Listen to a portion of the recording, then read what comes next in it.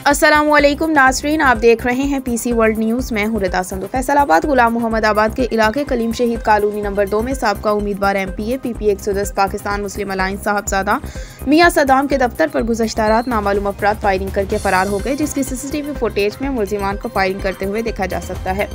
साबका उम्मीदवार एमपीए मियां सद्दाम का कहना है कि कुछ दिन से मेरे पर्सनल नंबर पर इंटरनेट से फ़ोन कॉल्स आ रही थी और मुझे धमकियां दी जा रही थी कि तुम सियासत छोड़ दो वरना तुम्हें जान से मार देंगे।